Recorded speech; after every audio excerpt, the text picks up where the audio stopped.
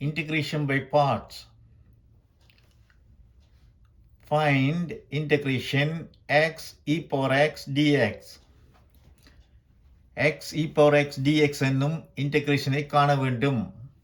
அதற்கு நாங்கள் u equal to x எனவும் dv equal to e power x dx எனவும் எடுத்துக்கொள்கின்றோம்.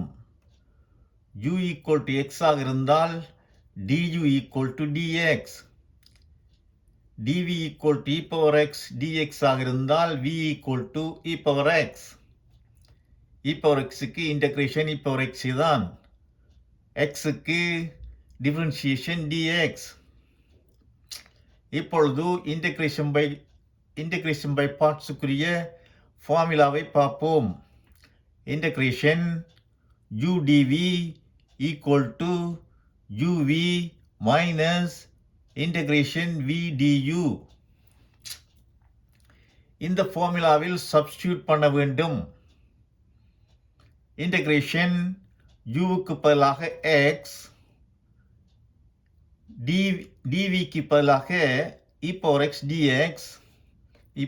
dx equal to uv, uக்கு பதிலாக x, vக்கு பதிலாக e power x